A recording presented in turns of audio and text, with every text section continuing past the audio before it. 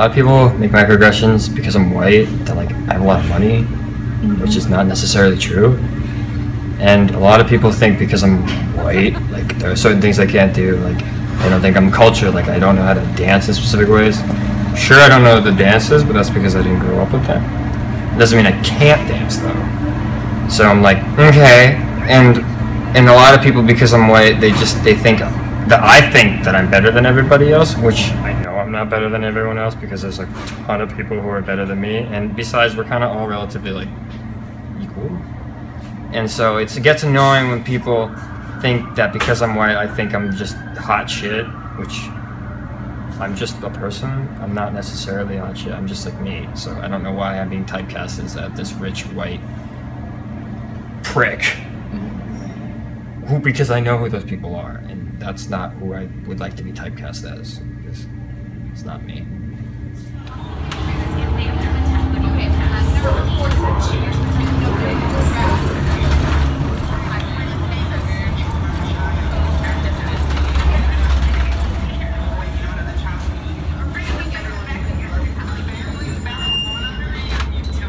Me and my own family, I go through microaggressions when it comes to my hair, because me being a Hispanic, they always want like the straight hair, never the curly hair, never the natural. So it's been really hard going through that in my own family, because it's like every day, like they could be like, okay, well that was cute, but you should like perm your hair now, like you need to straighten it. Like it's always like, they always think it's like a little trend, when my natural hair, my curly hair is me, and they can never really accept that. The same thing like with my body, like they're always like, oh, you're so fat, like you need to lose weight. And it's hard because it's like my own family, and you expect them to be like loving, but they're one of the most harsh people.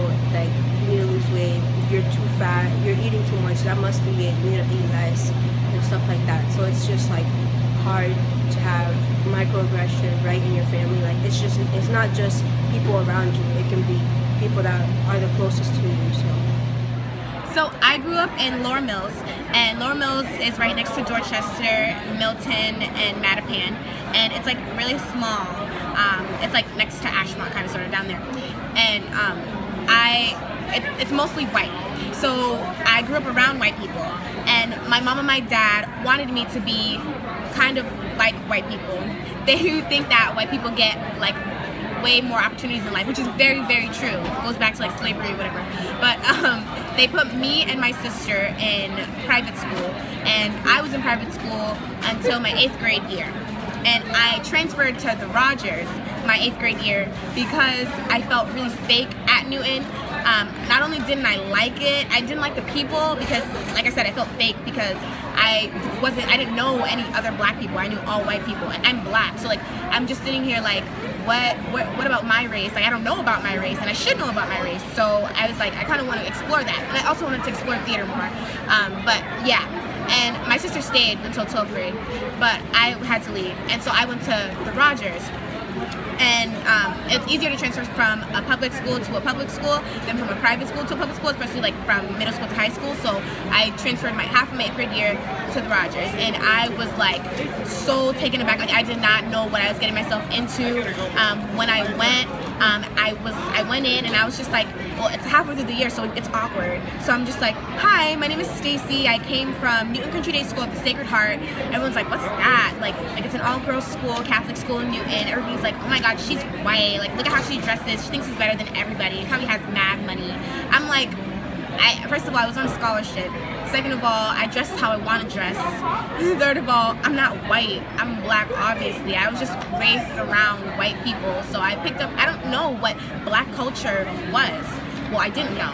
So I had to like, I adapted and I became white, I guess, because that's what everyone thinks white is, like talking proper and talking with correct sentences. So then, after I leave the Rogers, I basically pick up black culture, which is like the ghetto ratchet culture. And when I talk to like my black friends, I'd be like, oh yo, what's up? What's good? What's good? What's up? What's goody, yo? What's goody? And then when I talk to my white friends, I'd be like, hi, my name is Stacey, because they don't understand. If I was like, yo, what's good? What's good, Ashley? She'd be like, what's good? What does that mean? Like, they don't know what that is. So I had to learn how to adapt and like pick up little cultures. But it was just really weird for me to experience like people of my own color looking at me as if I was like something completely different from them, when I should be like your automatic sister, your automatic like dude, because like we are both black, you know what I mean? So it makes me feel like sometimes I don't fit in all situations, like, which is why BA is also great because everyone can fit in. But like, say I was to go to like a really hood party, like a really thug gang party, like gang, and I walked in and I was like, "Hi guys," they'd be like, "Why is she talking like that?" I would just be like, "Oh, I don't know how to," I don't know, like, it makes me feel weird, like, and also, I shouldn't have to code switch. I should be able to be who I want to be whenever I want to be like that, you know what I mean? So why should I have to code switch because my race doesn't understand that I came from a different background? Why should I have to adapt?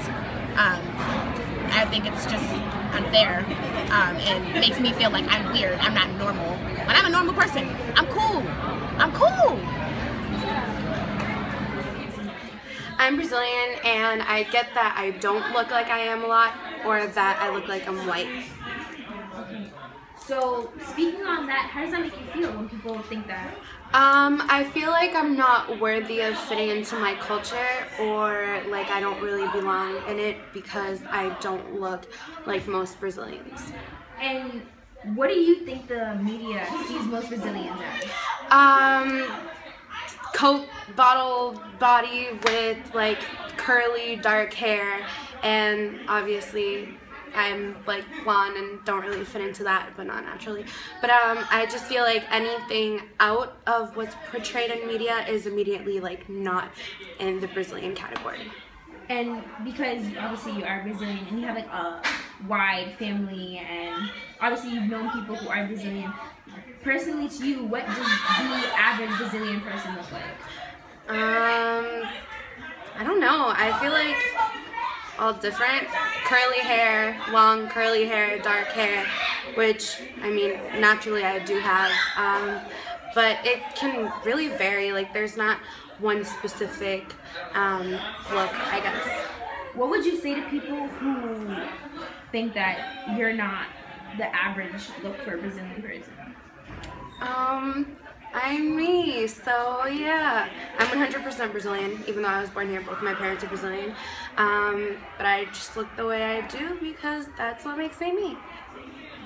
Simba, what are some microaggressions that you've come across in your life? Mainly my hair and my accent. Yeah, it's basically those two. Back in like Canada, my accent was, I guess, was like one of a kind because it had like a West Indian, because I was really raised around West Indian families.